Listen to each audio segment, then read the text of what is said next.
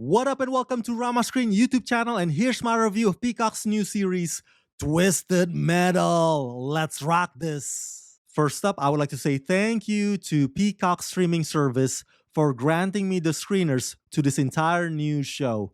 They've asked me to not spill spoilers, therefore this review is spoiler free. I repeat, there are no spoilers in this video review. Okay, for the thousandth time, I am not a gamer. And no, I've never played the video game Twisted Metal on which this live action show is based. So if you're like, but Rama, this character or that character is not from the game, but Rama, how dare you? That's not how the story goes in the game. But Rama, that's not what so and so supposed to look like. This show messed up. Motherfucker, I said I've never played the game. So if you want to make a video review yourself about comparing this show to the video game on whether or not it's a 100% faithful adaptation, then by all means, have at it, Hoss. While I will judge it from the perspective of somebody who's viewing Twisted Metal fresh for the very first time. Deal? Are you okay with that? Huh? Okay, let's move on. To me, Twisted Metal is a mixed bag, but I'm leaning more towards liking it as opposed to hating it.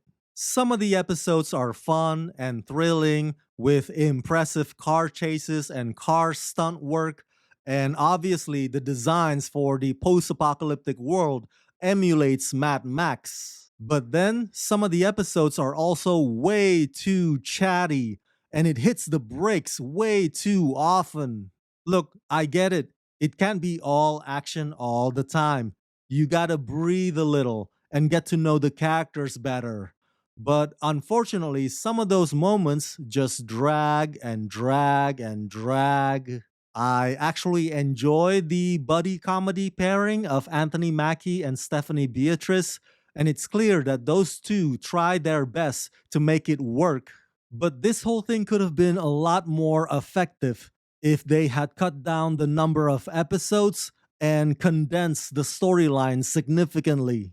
Showrun by Michael Jonathan Smith, Twisted Metal, a half-hour live-action TV series based on the classic PlayStation game series, is a high-octane action comedy based on an original take by Rhett Reese and Paul Wernick and written by Michael Jonathan Smith about a motor-mouthed outsider offered a chance at a better life, but only if he can successfully deliver a mysterious package across a post-apocalyptic wasteland.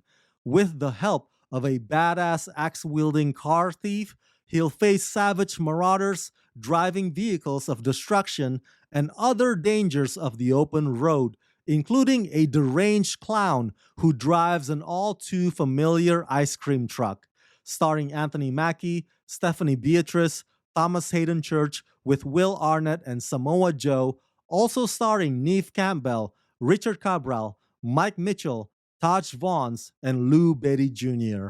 So there are a total of 10 episodes, which again, I would argue that there doesn't need to be 10 episodes, but the runtime for each is about 30 minutes, so that's the good news. Now, whether or not the characters that Anthony and Stephanie play are from the video game, I do not know, and frankly, I do not care, but I will say this.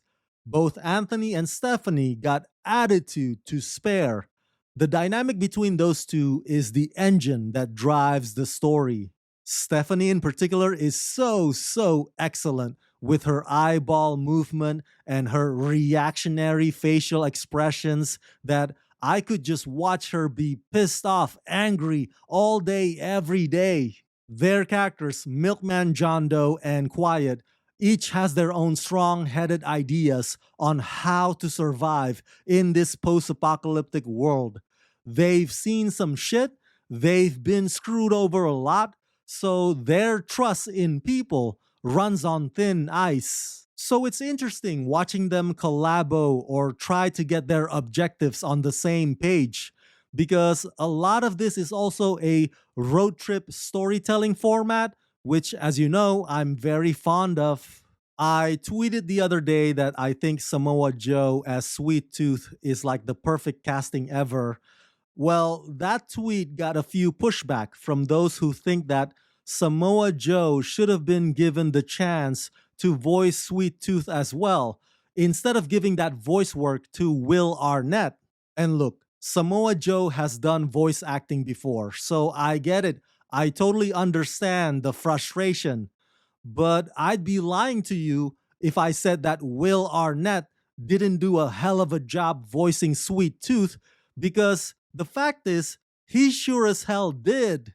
And that doesn't take away from the fact that movement wise, Samoa Joe absolutely nails it.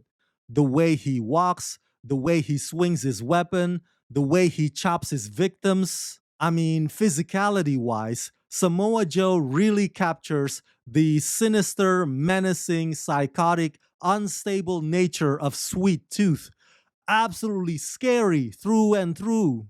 I really like some of the action sequences and some of the production designs, especially that crazy civilization within those semi trucks. A lot of this show is done with practical effects. Not all of it, but much of it. And that lends to a very authentic look. The jokes, unfortunately, are a hit and miss. They're not consistently funny. Some of them are just chuckle worthy, and some of them miss the mark. But that goes to all my criticism that I've already mentioned to you that keeps me from giving this show a full on praise. So, yeah, overall, I give Twisted Metal the rating of 3.5 out of 5. By the end of it, do I want to see a season 2? Hell yeah, I want to see a season 2, because this show may not be perfect, but it's definitely great for a Saturday night popcorn viewing. So that's it. That's my review of Twisted Metal. Smash that like button. Share this video with everyone you know. Share your thoughts in the comment section below. And as always, subscribe, subscribe, subscribe. Let's rock this.